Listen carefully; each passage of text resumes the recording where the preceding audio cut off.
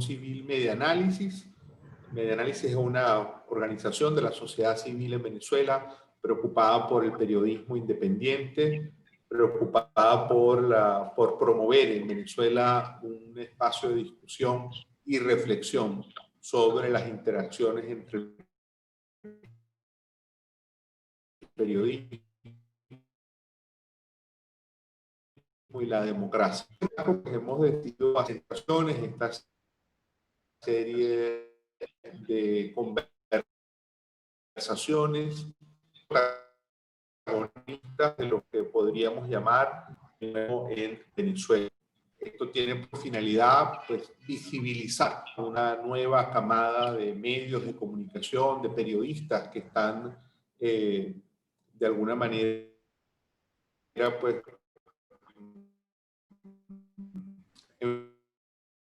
como las que tenemos, cual posiblemente el poder no tiene interés que se haga periodismo en Venezuela. Básicamente esta serie de presentaciones, esta serie de entrevistas han estado enfocadas en conocer tanto a directores de medios de comunicación, de estos nuevos medios que han surgido en Venezuela, conocerlos en su propia trayectoria personal como figuras hoy relevantes del periodismo en Venezuela, y por otro lado también acercar al público a entender cómo funcionan estos nuevos medios, cómo son las dinámicas de trabajo, cuáles son los desafíos a los que se están enfrentando. Hemos estado revisando y vamos a seguir revisando, pues, buena parte de lo que ha ocurrido en el periodismo en Venezuela. Básicamente podríamos hablar desde el año 2014-2015, cuando comienzan a aparecer y a establecerse una serie de nuevos medios de comunicación que paulatinamente han venido a conformarse y a pasar a ser una referencia informativa en Venezuela. Estamos esperando la conexión con el Facebook Live. Hemos tenido algún pequeño desfase técnico. En todo caso, César, pues mientras hacemos esa conexión, igual te quiero dar la bienvenida a esta conversación.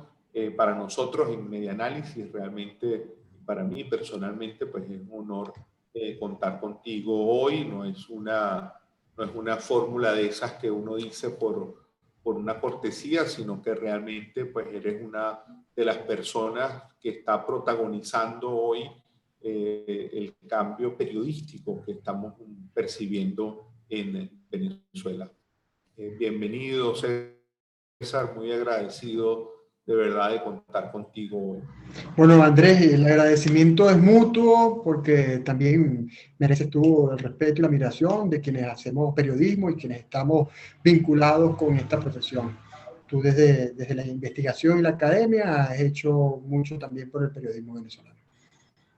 César, cuando una de las primeras cosas que tú resaltas en tu currículum, y es algo que probablemente es tu sello de identidad cultural, es tu paso por la Universidad del Zulia. ¿Qué cosas de esos estudios que tú hiciste para salir como licenciado en comunicación, me imagino que en la mención impresa de Luz, en la Universidad del Zulia, qué cosas de lo que aprendiste allí que son útiles aún hoy en tu trabajo como periodista y como director de un medio? Creo que las universidades, la academia, están, en el caso del periodista, tienen que hacer el trabajo de formarnos en el aspecto teórico de la teoría de la comunicación, sociología, psicología de la comunicación, y por supuesto en el inicio de la práctica periodística estableciendo las primeras columnas de lo que es el ejercicio periodístico en cuanto a la redacción, criticar incluso, darle la oportunidad a la crítica de los vicios que vemos o que veíamos en mi época en la prensa y en los medios televisivos. Pero por supuesto también el aspecto ético. Resumiendo tu pregunta, creo que la parte de toda esta área de teorías, sociología, metodología de investigación, psicología de la comunicación, por un lado, el aspecto de la práctica en sí, de comenzar a escribir las primeras notas periodísticas e incluso arriesgarnos a escribir cosas que no publicaría en ningún diario, y por supuesto este bastión ético que me ayudó a conformar la idea del periodismo que viene conmigo desde aquellos años y que trato de ejecutar ya como profesional desde el año 1996. Ya conectados también live, para quienes nos han acompañado a partir de este momento, pues quiero comentarles que estamos conversando con César Batis, periodista zuliano, director de El Pitazo, y pues voy a reiterar lo que he dicho, pues una de las importantes hoy del periodismo venezolano.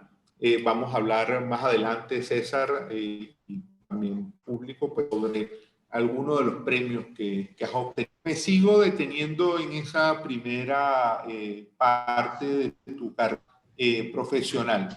En eso que sales de luz y unas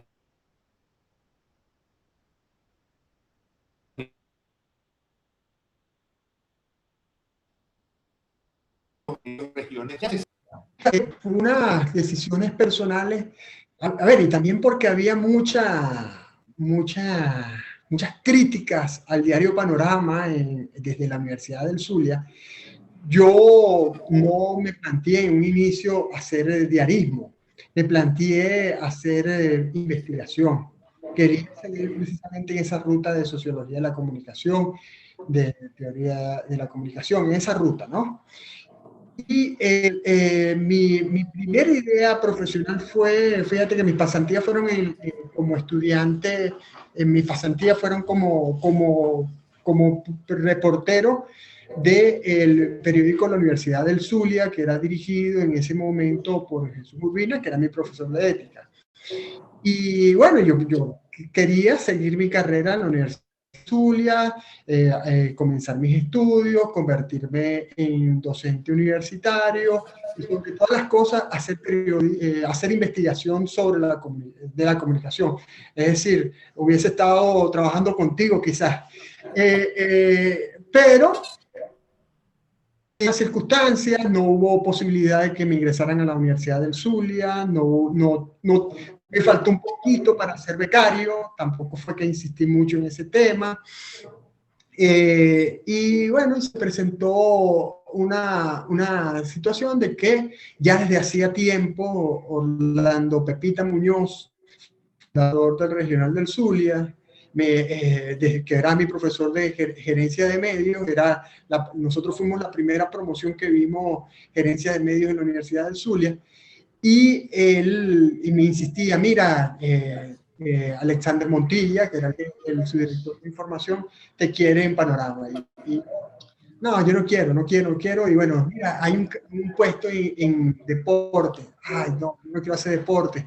Es que los de deporte, y eso lo digo ahora, los que hacían deporte, la imagen del periodista deportivo que yo veía era un barrigón, bebedor de cerveza, aunque, ojo, el primer encuentro del periodismo, el primer encuentro que yo tuve con el periodismo fue en las páginas deportivas de Panorama.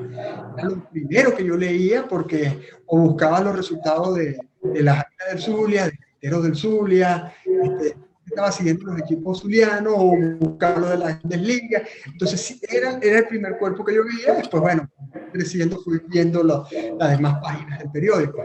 Pero bueno, el punto es que en el año 1900, me gradué en el año 1996, intenté incluso hacer, imagínate, un recién graduado, por muy buen estudiante que haya sido, ambicionando recién graduado en hacer asesoría comunicacional.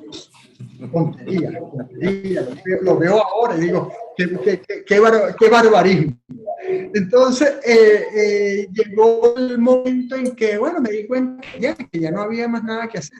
Además, había una situación allí sentimental, un cambio de la vida sentimental que también influye, y una novia, la novia de la universidad ya había de ser novia. Bueno, y se presentó nuevamente la oportunidad de Panorama. Fui a la entrevista, me querían inicialmente en deporte, después me dijeron no, para otra área, sucesos en Panorama. Y al final me dijeron, bueno, es mejor que te vayas a foguear en la costa del Lago, que necesitamos una corresponsabilidad. Y además, tú eres de Tijuana, tú vives allá, conoces la zona. Y dije, bien, está bien. Comencé en julio de 1997, perdón, siempre me confundo, de 1997, me había graduado en octubre de 1996, en julio de 1997 comienzo, y la corresponsalía de Cabimas, del diario Panorama, una corresponsalía donde pasaron figuras como Balmores Rodríguez, por ejemplo, un político y intelectual zuliano. Después, bueno, alternaba con la corresponsalía de Ciudad Ojeda. Y Andrés, te cuento una cosa que muy poca gente sabe, pero yo pasé ese despecho de ese primer amor, porque yo sabía que no iba para ninguna parte, pero bueno, siempre hay un despecho. Yo lo pasé escribiendo en Panorama, y entonces había un compañero fotógrafo llamado Ricardo González que se daba cuenta del guayabo y me echaba mucha broma, ¿no? No sé dónde está Ricardo, ojalá pudiera ver esto y se comunicara conmigo, pero bueno, total que yo pasé ese despecho escribiendo las páginas de Panorama. Y bueno, y me dieron mucha libertad, yo creo que no había la costumbre de dejar que un periodista se arriesgara, y yo me arriesgué a escribir de una forma distinta, a abordar, porque escribíamos una página completa, que eran como 12.000 caracteres. Una sábana.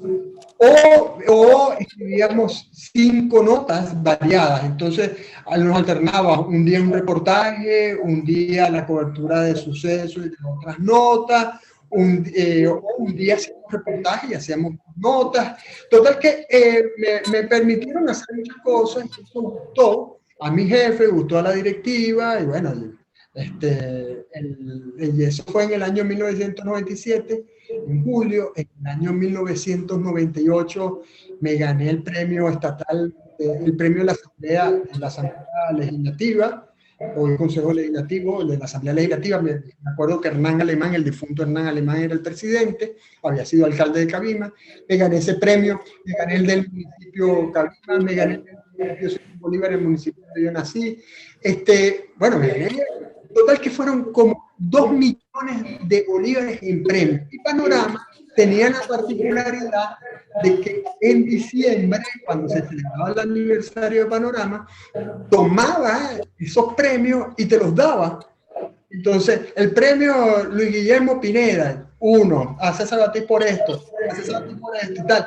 Total que me dieron los mismos 2 millones de bolívares nuevamente. Y estoy contento.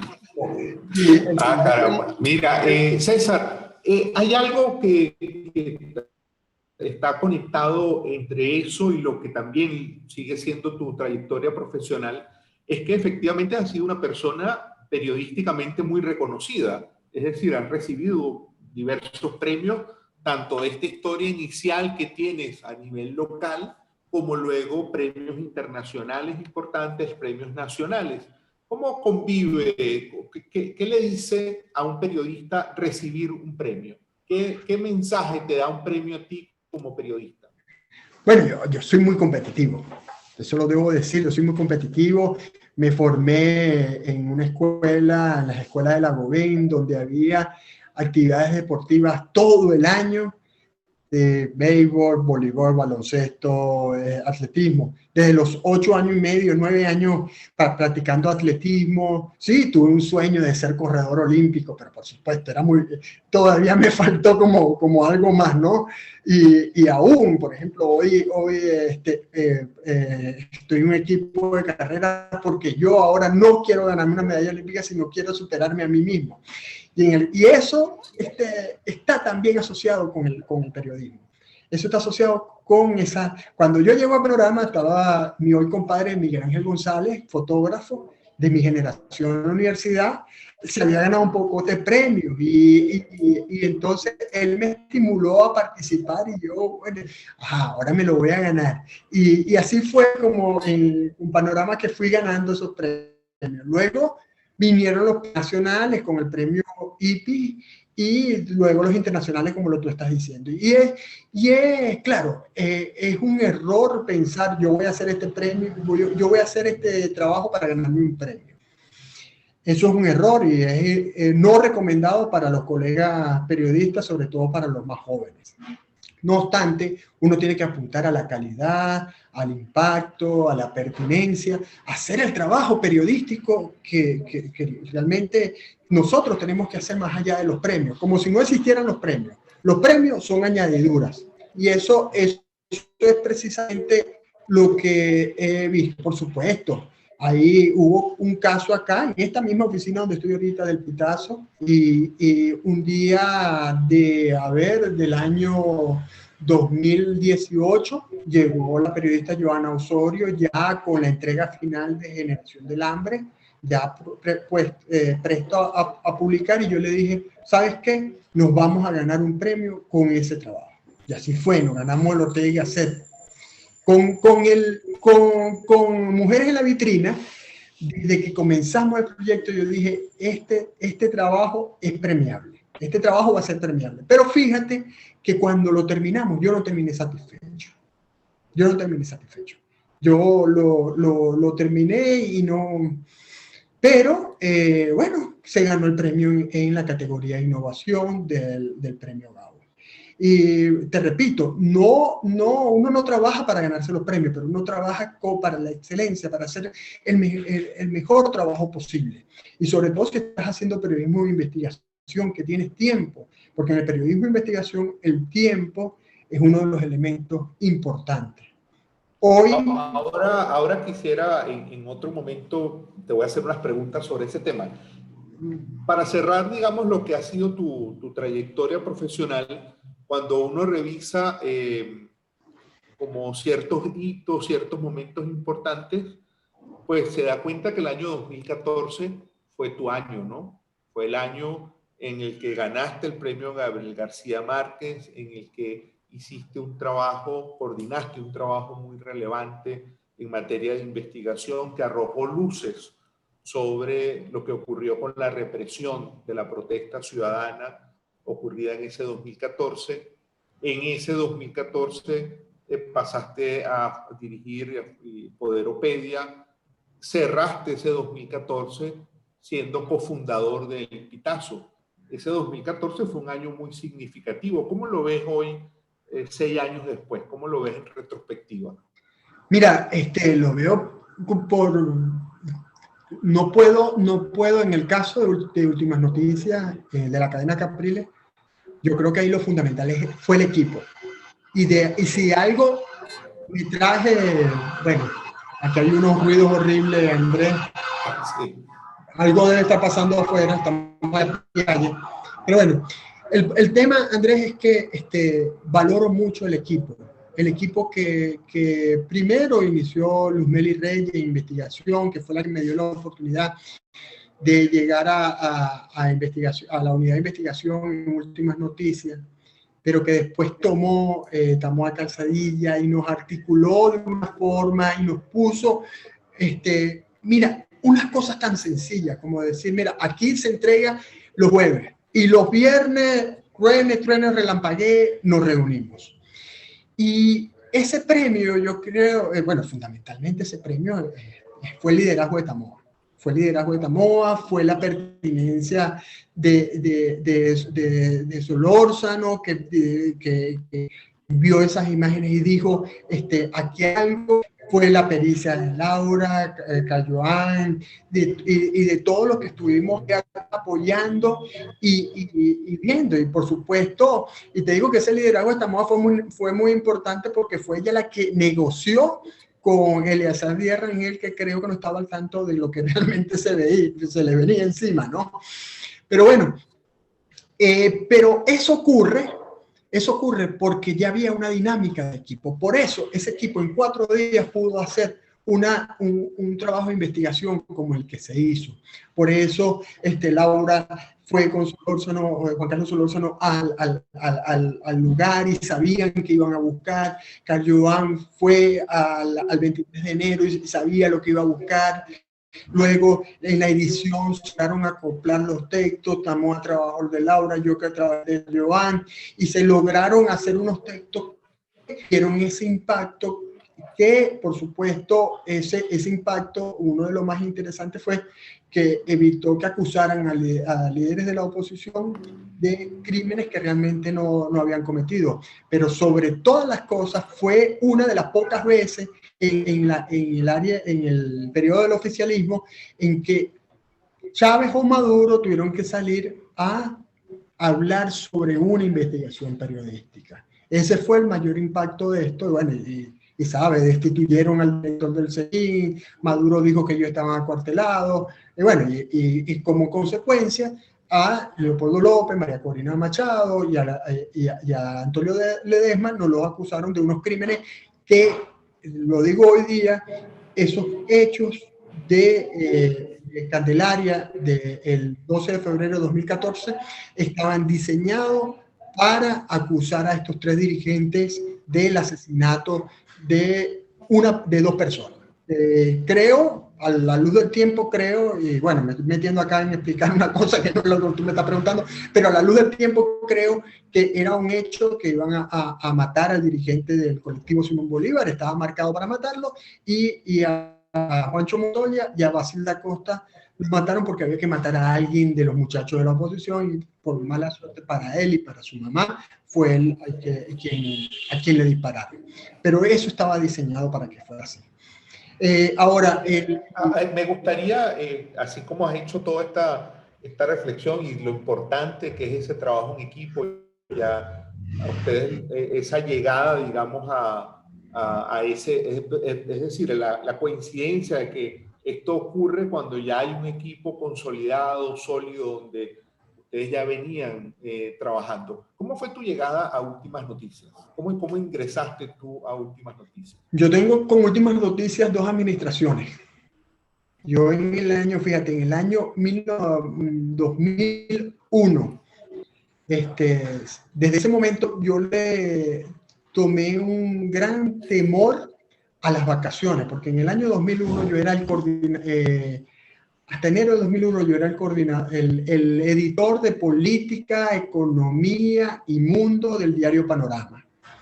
Y me acuerdo que había un asesor de Panorama en el proceso de reingeniería, porque si de algo que no lo hemos dicho, pero algo muy importante en mi carrera periodística han sido los procesos de reingeniería con los que me he topado. Un proceso de reingeniería en Panorama y 2 procesos de reingeniería en Últimas Noticias. Por supuesto, el último, el más importante, el dirigido por Natalia Alvaray, donde se hizo esa gran transformación de la redacción única. Bueno, el punto es que me botan, vengo de unas vacaciones, y cuando regreso a Panorama de las vacaciones resulta que estoy botado. Ni siquiera me dejaron entrar a la redacción. Y ojo, lo que iba a decir de Luis Cañón, es que Luis Cañón, para perjuicio de mi persona, le decía a los subdirectores, Alexander Montilla, Eduardo Fernández y Oscar Silva, le decía, va a ser el futuro subdirector. Va a ser, sobre todo Alexander Montilla se lo decía, te va a sustituir a ti. Y bueno, cuando yo soy un workaholic y estando de vacaciones, después de haber estado dos años seguidos trabajando fines de semana seguidos, trabajando casi 12 horas, estaba recién casado y mi esposa en esa época, esa fue una época muy dura para mi esposa porque tuvo que construir una gran paciencia con mi carrera y conmigo. Bueno, conmigo, pues, soy yo, no es mi carrera y yo soy yo. Y bueno, y verdad que eso lo valoro mucho. Mi esposa tenía mucho, bueno, estaba embarazada en ese momento y cuando nosotros fuimos de vacaciones a Margarita, yo desde Margarita llamaba y preguntaba, mira, ¿qué está pasando con esto?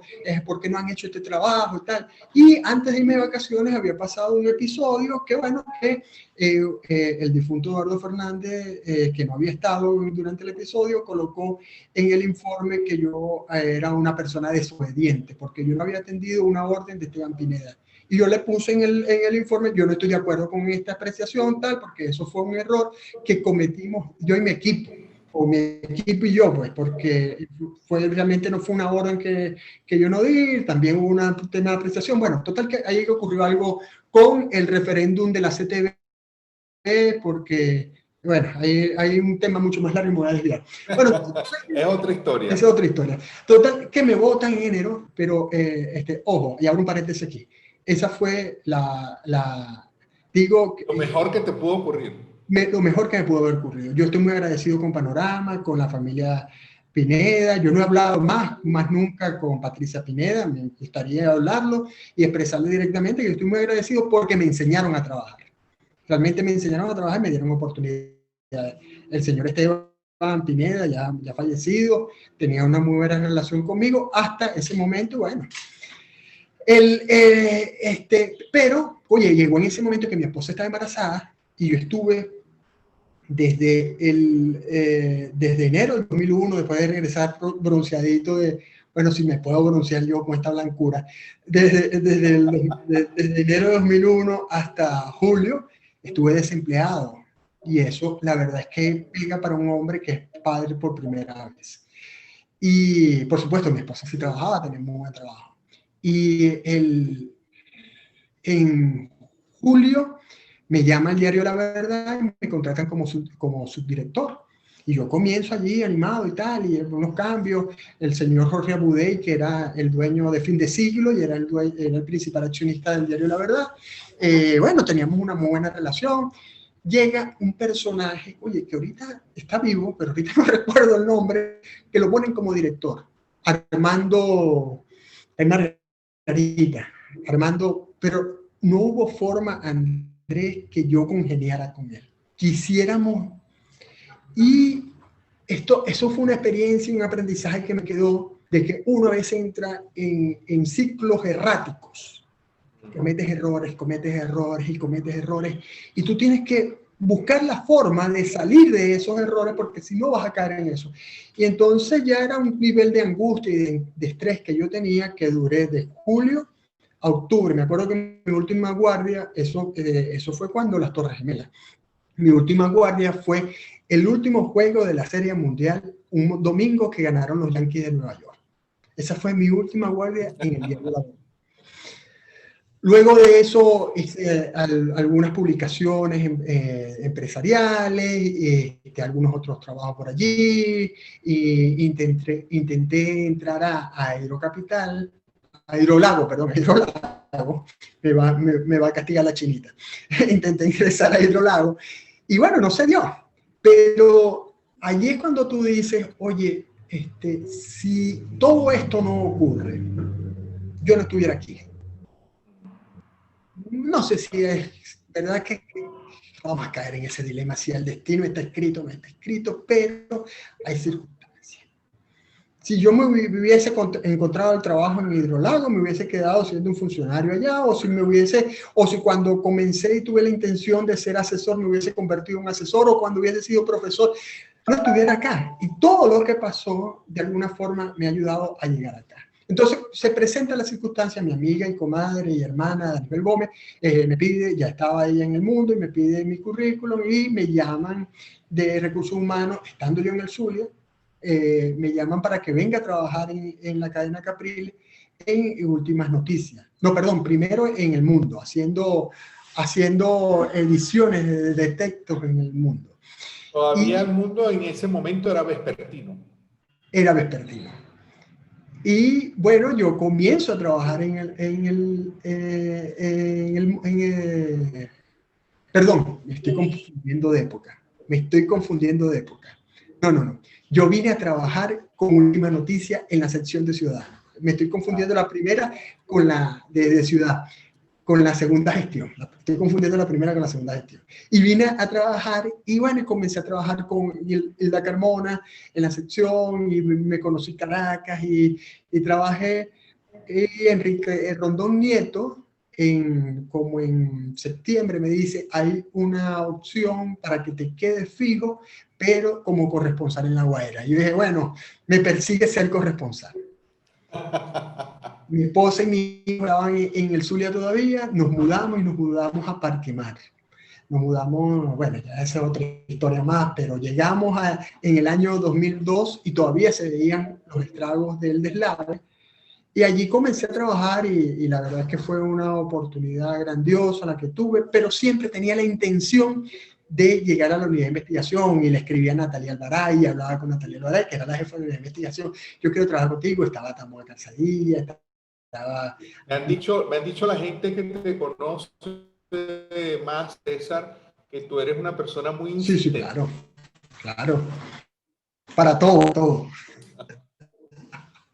Entonces, vengo y bueno, y en el año 2005 me llama Ramón Chávez de la Electricidad de Caracas y me dice, César, ven, hemos visto tu trabajo en Vargas, necesitamos a un personal de comunicación que atienda a las comunidades, que acompañe al gerente, y bueno, total que me voy allá a la Electricidad de Caracas y me voy con un objetivo, yo me voy con el objetivo de comprar una casa porque sabía los planes de vivienda que había. Y yo, bueno, yo voy a trabajar en la Electricidad de Caracas, pero para comprar una casa. Después que yo pague esa casa, me regreso al periodismo. Comienzo a trabajar y, por supuesto, muy dedicado, atendiendo a las comunidades. Llega el plan, lo que se llamó Plan Vargas, que fue un plan de emergencia para atender los sectores de las comunidades. Y llega el momento en que me nombran coordinador de comunicación, me pasan a Caracas, atiendo Caracas y Vargas a la vez. Llega la compra de la electricidad de Caracas, ocurre todo ese proceso. Quedo yo como único de los que era jefe, como la única cabeza de todo el equipo de comunicación, porque todos los demás se fueron a otras empresas, se fueron con AES a Estados Unidos o a otras partes del mundo. Bueno, y quedo yo con la relación directa con la gente que había traído, Rafael, que había puesto Rafael Ramírez allí, entre eso el presidente de la Electricidad de Caracas, Javier Alvarado. Javier Alvarado me pide que meta a una amiga de él, que le dé un contrato, yo hablo con la amiga y le digo, bueno, presénteme una propuesta, la mujer nunca presentó la propuesta como es, al final me cambiaron para Guarenas, en Guarenas ocurrió un episodio allí con un evento, con un astrólogo, eran los business review, y se hacían con algún leitmotiv. Pues. Y ese día, esa vez fue en enero, fue de astrología. Y bueno, yo invité a un astrólogo y el astrólogo se puso a hablar de Chávez y Uribe, por supuesto me votaron. Entonces, esa es la votada más ridícula, pero la agradezco. Porque además, Andrés, logré mi objetivo. Me compré una casa. No la compré donde quería, la compré, pero me la compré, logré mi objetivo. Y después del tiempo, entonces ahora sí llego como editor, suplente de editor, a El Mundo, y comienzo a trabajar paralelamente en El Mundo y Últimas Noticias. Revisaba textos de 6, cansaba en la tarde y regresaba a hacer la guardia de noche en Últimas Noticias hasta la 1 de la mañana. Así estuve aproximadamente un mes. Se acaban esas vacaciones y me dicen, hay una oportunidad en la unidad de investigación de Últimas Noticias. Comienzo allí y me quedé y llegué a llegar hasta coordinador. Hasta el año 2014, que esa parte no la conté. Pero bueno, César, estas entrevistas queremos abordar siempre como dos facetas. esa faceta más personal, más humana de cómo te has desarrollado en el periodismo. Obviamente hay muchas cosas que podríamos seguir conversando, pero quiero llevar la conversación ahora al tema del pitazo.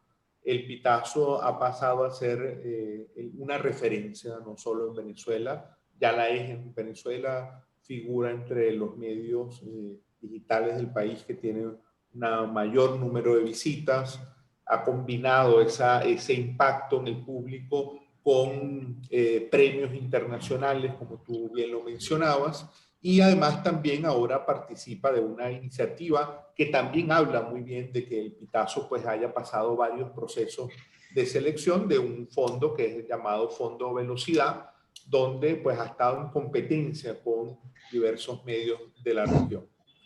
Vamos a empezar por el principio. ¿Por qué se funda el Pitazo? ¿Cuál es tu participación en esa fundación del Pitazo? Fíjate que nosotros siempre, bueno, ahí unos de los, Javier Melero, Gustavo Alemán y yo, tenemos dos eventos que nos marcan en el 2014. Por un lado, en el caso de Javier Melero y Gustavo Alemán, que son socios fundadores de Pitazo, pero son también socios en una productora cinematográfica que se llama Trapiche Film. Ellos hicieron una producción sobre las expropiaciones del sector agropecuario. Y Javier lo cuenta con mucho dolor porque cuando fueron a hacer la presentación en una sala de cine del documental, él se sentó no como el guionista y director del documental en la primera fila, no se sentó allí, se sentó en la parte de atrás y tampoco él salió a decir, yo fui el creador de esto, yo fui el director, porque tenía mucho temor de acciones en su contra. Yo por mi parte, precisamente lo que estábamos hablando hace un rato, ese episodio del 12 de febrero del año 2014, que significó el asesinato de dos personas, Juancho Montoya y Basilda Costa, que también significó para nosotros un premio Gabo, un premio IPIS de investigación. Ese episodio fue muy, muy significativo, muy determinante en lo que es hoy mi carrera. Recuerdo muy claramente ese día, entre tantas cosas, recuerdo, por supuesto, ya nosotros veníamos con el despecho desde mayo del año 2013 de la compra de Última Noticia. Ya la compra había ocurrido. Me acuerdo que en ese mayo de 2013 lo que decíamos era, ay, ¿qué vamos a hacer? ¿Y ahora qué vamos a hacer nosotros? ¿Podemos seguir haciendo investigación? Y la decisión que tomamos nosotros repito, con liderazgo de Tamoa Calzadilla, es darle hasta donde nos paren. Vamos a darle. Nosotros no nos vamos a autocensurar, que nos censuren ellos, que nos censuren los nuevos dueños, que nos censuren Michu si le da la gana, pero que vamos a darle nosotros hasta donde podamos. Y en ese darle hasta donde podamos llegamos a ese día, y bueno, y te digo que ese día cuando vimos y dos episodios, pero sobre todo uno, el otro es muy difícil de contarlo y me voy a enredar mucho, pero sobre todo este episodio de escuchar a Echeverría, al jefe de fotografía de la cadena, Ángel Echeverría, comunicarse por radio con los fotógrafos que estaban en la calle y decirles, hermanitos, cuídense que están disparando. Pero ver las pantallas, porque acuérdate que nosotros en la redacción única teníamos como 12 pantallas, ¿no? Teníamos pantallas y ver, yo me acuerdo muy bien, portada en Venevisión, la bomba en Televen y la cocinita de Cindy en Globovisión. Ya habían comprado Globovisión, por cierto. Y ver eso, escuchar lo que se escuchaba por radio y después ver los videos que Juan Carlos Solórzano recibió donde se evidenciaba todo lo que pasó, fue para mí determinante y por supuesto ya desde ese momento dije, tengo que salir de acá. Fíjate que después de ese episodio se fue Natalia Alvaray de la cadena, que era como nuestra gran líder, después se fue Tamoa Calzadilla y seguidamente me fui yo. Y recuerdo muy bien que el ya fallecido Yasadía Rangel me dijo, mira, tú no vas a ser el jefe de investigación porque contigo no se va a poder trabajar. Digo, bueno, tranquilo, no hay problema. Yo entiendo perfectamente, pero no, porque ustedes son, como que decía él, ustedes son muy tendenciosos. Entonces, bueno, está bien. ¿Por qué lo dicen? No, tal, porque ustedes no ven lo malo en la oposición. Yo le digo, ajá, pero y le puse este ejemplo. José Vicente Rangel escribió en la columna una serie de críticas contra y denuncias contra Capriles Radonsky. Yo mismo le escribí a a José Vicente Rangel y le dije, usted pudiera aportar esa para hacer un reportaje. Otro lado, porque no tiene, Tenemos un problema en la comunicación con César. Se ha quedado, como se dice, la imagen congelada. César, por favor, confírmanos si estás conectado. No, lamentablemente sigue apareciendo acá en la pantalla, pero no está conectado. Estamos conversando con César Batis en esta serie de conversaciones sobre el nuevo periodismo en Venezuela. Esta serie de conversaciones que organiza la Asociación Civil Media Análisis para de alguna manera pues poner de relieve el papel del periodismo, la situación, los protagonistas incluso del nuevo periodismo en Venezuela. Vamos a dar unos minutos, segundos para ver si se retoma la comunicación con Batis, con César Batis, nuestro invitado de hoy. Hemos estado conversando con César diversos temas, desde su trayectoria como egresado de la Universidad del Zulia, su experiencia en los medios zulianos, hasta pasar ya a lo que es ahora su paso, digamos, a los medios en la ciudad de Caracas. Volvió César. César, pues gusto de tenerte de nuevo. Me gustaría, César, vamos a estar conversando unos 15 minutos más, que sé que tienes una cantidad de anécdotas. De hecho, esto daría para hacer algunas de estas anécdotas, incluso para hacer solamente una conversación sobre ello. Pero me interesa que cerremos este tema de esa decisión que tomaron en la antigua cadena Capriles, luego el grupo Últimas Noticias, en relación a que tú no podías pasar a ser el jefe de investigación. El fallecido Eleazar Díaz Rangel te señala como tendencioso, y estabas comentando algo de un artículo de José Vicente Rangel y en ese momento te perdimos. sí, no, que yo le decía, yo le dije a Yasadía Rangel en esa oportunidad, le dije, bueno, pero fíjense, no es que nosotros queremos investigar a unos y a otros, sino que simplemente cuando uno intenta, por ejemplo, en el caso de José Vicente Rangel, preguntar, ajá, ¿cuáles son esas evidencias que tiene contra Capriles Radonsky para montarnos, para investigar nosotros, para hacer trabajo de investigación? No responden. Y por supuesto hay otro elemento más, que quienes tienen el dinero, quienes tuvieron y tienen, por lo menos más que la oposición, es el oficial. Entonces siempre es más, por supuesto, es más sensible al trabajo de periodismo de investigación quien tiene más dinero y quien tiene más poder. Bueno, pero en todo caso ya en ese momento me di cuenta.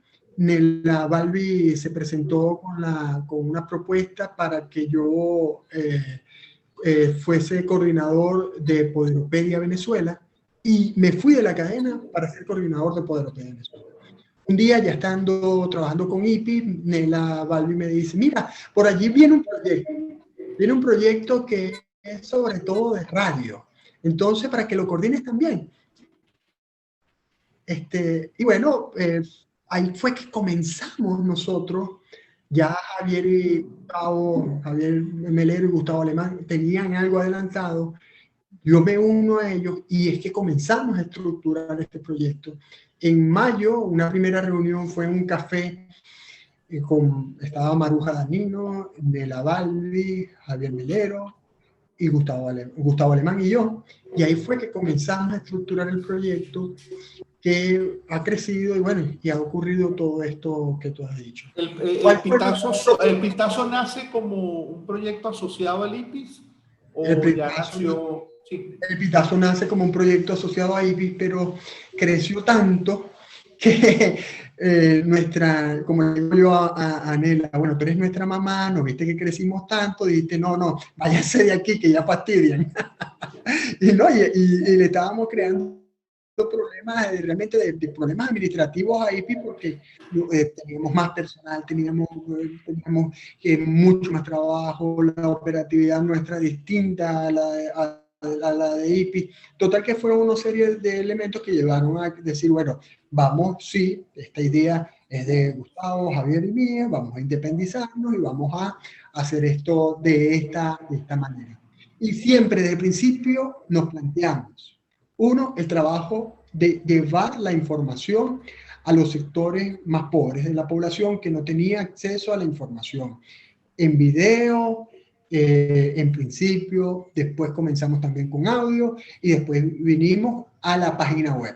Y por supuesto, eso derivó en actividades offline como el Pitazo en la calle, como la formación de Infociudadanos, etc. Lo otro es que nos planteamos siempre trabajar con periodistas de la región. Inicialmente nosotros no teníamos casi periodistas acá en Caracas. Nuestros periodistas estaban fuera de Caracas. Y por supuesto, la lucha contra la censura, que ha sido una de las grandes motivaciones que hemos tenido nosotros durante estos largos no. Claro, es que se ven cortos, pero además también ya vamos para 6 años, claro, desde que tuvimos el 8 de diciembre de 2014. ¿El Pitazo tiene hoy periodistas en todos los estados de Venezuela? En todos los estados de Venezuela y en algunos casos, como en mi Zulia, tenemos 5. Bueno, en todo caso el Zulia siempre amerita, estados como el Zulia, Miranda, pues ameritan una cobertura mayor. En este momento, si vaya, digamos, lo que tengo en mi cabeza, el Pitazo debe ser el único medio que tiene corresponsales en todo el país. Es así, somos el único medio que tiene corresponsales en todo el país. Hemos visto, fíjate, y si me permiten la crítica, claro, cada uno con sus cruces y sus condiciones, pero oye, nos hemos encontrado, Andrés, con casos de medios de comunicación que tienen alcance nacional, sobre todo televisivo, que le dicen a sus periodistas que hablen con el gobernante de turno, sea oposición o sea gobierno, sea alcalde o gobernador, para que ellos puedan financiar la operación de esos medios de comunicación, de ese corresponsal en esas entidades. En este caso, en este momento, César, ya han transcurrido estos 6 años, efectivamente, mira uno cualquier estadística y ve que el Pitazo está entre los 10 medios más visitados del país en la página web, aunque eso no fue como la prioridad que ustedes pusieron al principio, pero obviamente el volumen y la diversidad de informaciones que ustedes tienen pues nos convierte en una referencia. Han ganado una serie de premios internacionales que, a tu juicio como director del Pitazo, ¿cuáles son los desafíos que tiene hoy el Pitazo?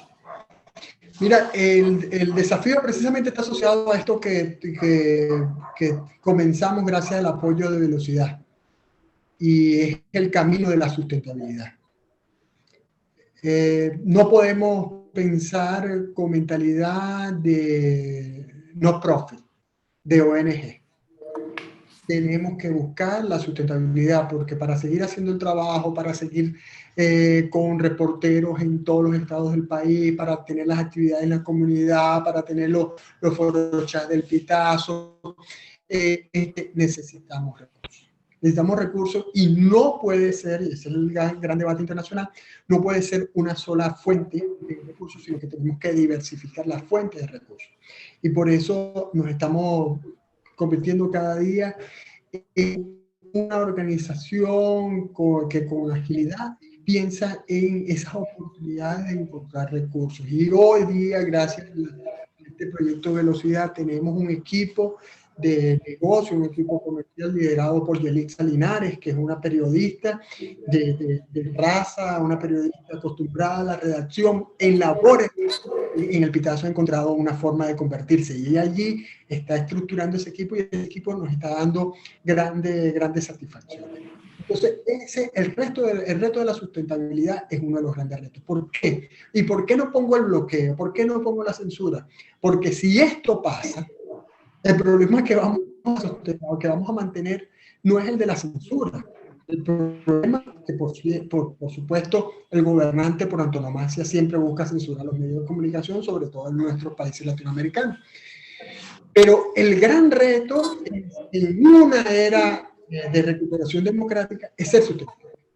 Sí, tenemos actualmente el reto de llegarle a la gente y por eso siempre estamos pensando en nuevas formas de llegarle a la gente y siempre estamos inventando maneras y los foros chat y las actividades en las comunidades cuando no hay pandemia y todo eso que hacemos para llegarle a la gente con la información, la alianza con organizaciones no gubernamentales, todo eso lo hacemos para llegarle a la gente. Por supuesto, las opciones tecnológicas, el VPN, la aplicación, los WhatsApp, todo eso es para llevar la información. Pero te insisto, el gran reto es el tema de la sustentabilidad. Y por supuesto, un tercer reto que para nosotros es muy importante, tiene dos caras. Uno es mantener el clima organizacional en el Pitazo, por mantener a nuestros periodistas contentos, orgullosos de trabajar con el Pitazo, que sientan que el Pitazo es el mejor medio de comunicación en Venezuela para trabajar y que sientan que es uno de los mejores medios de comunicación en Latinoamérica para hacer el oficio. Pero también el reto de poder reconocer su trabajo como es debido. Y por supuesto, todo esto de alguna forma está... Hay otros retos que están asociados a esto. Y bueno, siempre que me hacen esta pregunta, van surgiendo los retos, pero un reto es, y ese es para el periodismo en general, ya para el periodismo en general tenemos que buscar la forma de luchar por llamar la atención y mantener el tiempo de la gente, porque luchamos contra Amazon TV, Netflix, Disney TV, luchamos contra las redes sociales para llamar la atención y mantener a la gente. Bueno, nosotros tenemos experiencias recientes. Ver, por ejemplo, que hoy hay un gran interés de los usuarios del Pitazo por las informaciones de los bonos. Mira, y nuestra audiencia es mayoritariamente, porque son los que tienen acceso a la página web, clase media baja, pero hay un gran interés por información utilitaria sobre los bonos que paga el gobierno de Maduro. Y nosotros ante eso no podemos dar la espalda. Así no estemos de acuerdo, no podemos dar la espalda porque la gente está buscando esa información. Y si nos corresponde a nosotros darle esa información, se la vamos a dar. Otro reto es en este tema de la pandemia, ya lo vimos, lo sufrimos muy de cerca. Nos duele mucho aún la salud de nuestro personal, el caso de Alfredo Morales. Exacto, una persona, Alfredo, sumamente colaboradora. Yo lo expresé y te hice saber pues, que fue una persona de todo el equipo del Pitazo, con quien el programa de radio que yo hago en este país, pues fue una persona por mucho tiempo sumamente desprendida, atenta, siempre dispuesta a colaborar con nosotros, y lamentamos pues muchísimo esta pérdida que ustedes han tenido. Entonces, bueno, esos son entre los retos y bueno, como le digo yo a los muchachos en las conversaciones, porque eso sí tenemos nosotros, conversamos bastante. Hemos descubierto conversar bastante. Que le digo, una nota no vale la vida. Claro. A pesar de que Justamente ese tema de cómo se gerencia, entiendo que en el Pitazo trabajan más de 80 personas. ¿Cómo es tu rol, digamos? O sea, ¿cómo te ves tú en tu rol de gerenciar un equipo que es amplio, un equipo que está disperso por el país? que no está todo el mundo en un solo sitio y que además en una coyuntura como esta de la pandemia, pues ha obligado a que muchas personas trabajen literalmente desde su casa. ¿Cómo es tu rol? ¿Cómo te ves tú en ese rol de gerenciar el Pitazo? ¿Cuál piensas tú que es tu papel principal, tu aporte principal a ese equipo? Bueno, a mí me gusta mucho el fútbol, a pesar de que no jugué, no era muy bueno jugando fútbol, jugaba más béisbol que fútbol realmente. Pero sí me gusta, en este caso que tú estás planteando, me gustaría utilizar la metáfora del futbolista, de un equipo de fútbol. Yo me veo como el director técnico, y este director técnico tiene algo de Washington Tavares, a pesar de que no sea tan viejito como Washington Tavares, tiene algo del loco Bielsa por las locuras y los inventos, y tiene algo de Zidane porque, bueno, por la trayectoria que tú has escrito, y porque aún me involucro e incluso entro al campo y juego, cosas que debería hacer cada día menos. Pero siempre el equipo tiene que comunicarse. Los equipos de fútbol de alto rendimiento tienen que tener una buena comunicación. Desde el director técnico hasta la última posición, hasta el del delantero centro, el goleador, tiene que haber una buena comunicación. Y es muy fundamental la actividad que pueden hacer el 8 y el 10 del equipo, que en este caso son la gerente de información y la subdirectora. Y ellas tienen que tener una buena comunicación para poder ofrecerle a nuestros delanteros, que son todos nuestros reporteros, nuestros infógrafos, videógrafos, las facilidades para que ellos marquen el gol, para que ellos sean los que lleguen y nos den las victorias. Y en esto, repito, es muy importante la conversación, el diálogo, y eso es algo que nosotros, y porque estamos también imbuidos en esto de la tendencia de la gerencia ágil en el Pitazo, y hemos estado trabajando sobre ese tema, nosotros impulsamos mucho la conversación, el diálogo. El diálogo para la empatía, el diálogo para acompañarnos, el diálogo para impulsarnos, para animarnos. Y bueno, y desde mi posición de director técnico, tengo que estar empujando y poniendo orden. Y sí, y te van a decir, y por esto, en estos días llamaron a alguien para que trabajara con nosotros, y bueno, lo digo aquí públicamente, Andrés, soy como medio transparente, ¿no? Dijo, no, lo que pasa es que trabajar con el Pitazo es difícil, sobre todo por el jefe que tienen, que es medio patán. Y yo, coño, me dolió en el ego, pero bueno, al final tú dices, bueno, esta es la posición que me toca, pues, esto es lo que me toca hacer, y presionar y celebrar cuando tenga que celebrar las pequeñas y las grandes victorias. Y esta es mi posición. Habrá otros estilos de manejar un equipo, pero por lo visto creo que ha dado resultados. Ya para cerrar, un último tema, César. El Pitazo ha sido de los medios más bloqueados, esa nueva fórmula de censura que se ha encontrado en este periodo con el chavismo, que es evitar que el público conozca lo que se está publicando, que no es otra cosa que bloquear, tumbar la página de Internet. ¿Qué respuesta ha tenido el Pitazo ante, sabemos que le ha hecho solicitudes, demandas a las empresas privadas que bloquearon contenidos, y cuál es la situación que se está viviendo hoy con ese tema? Mira, Andrés, nosotros, te adelanto algo, no te voy a decir los números, pero te adelanto algo. Nosotros apenas la semana pasada llegamos al nivel de visitas de usuarios que teníamos el 17 de septiembre del año 2017. Saca la cuenta. Y detrás de todo ese camino andado, es decir, ya más de 3 años, hay todo un esfuerzo, un desgaste físico y emocional. Porque tú no te puedes imaginar la angustia que provoca despertarte un día y ver que el día anterior tuviste una cifra récord, porque casualmente el 17 de septiembre, el último día del Pitazo.com sin bloqueo, fue un día récord, porque fue un día donde cuando presentamos, fue un abordaje muy importante que en ese momento redes sociales estaba Marjorie Mateo y Edesio Brito era el gerente de información.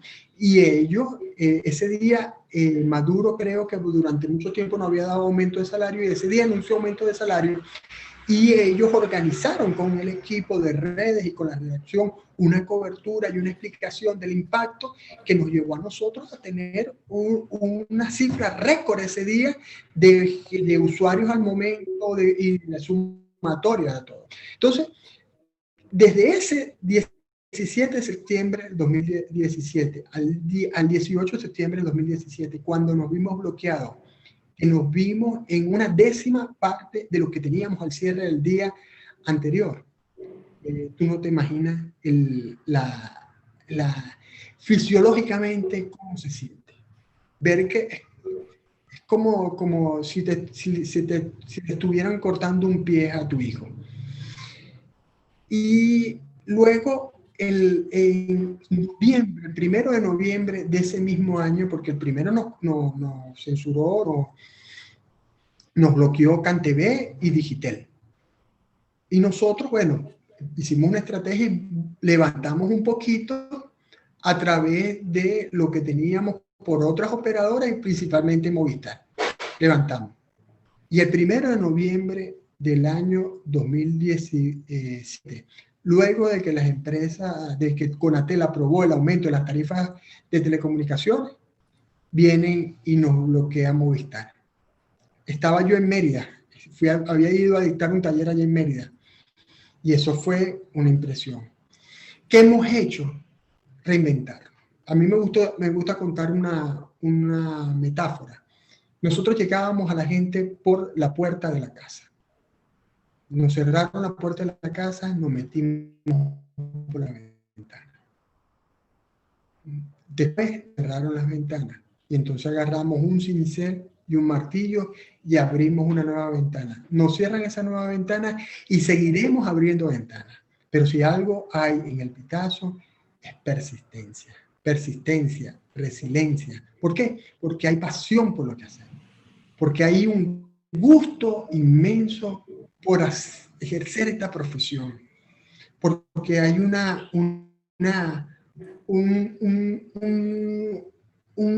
llamamiento a cumplir lo que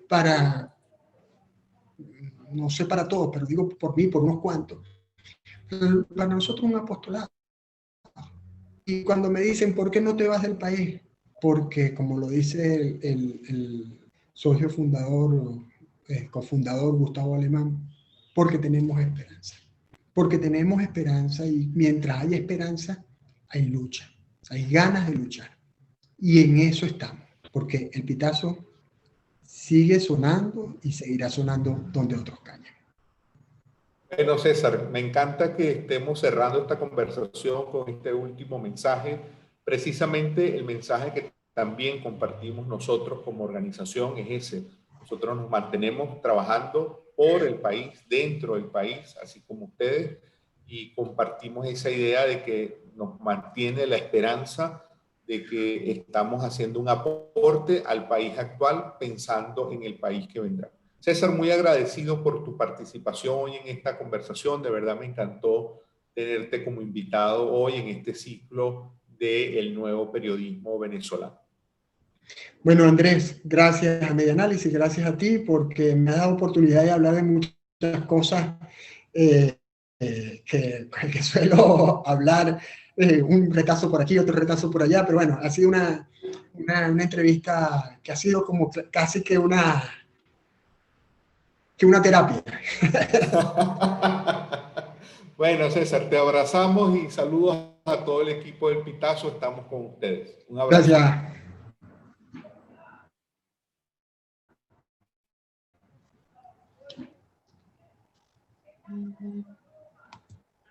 Cortamos.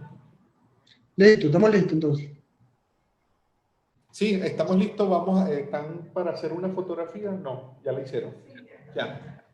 Chao. Bueno, chao, pues. Gracias. Gracias a todos quienes estuvieron también acompañándonos.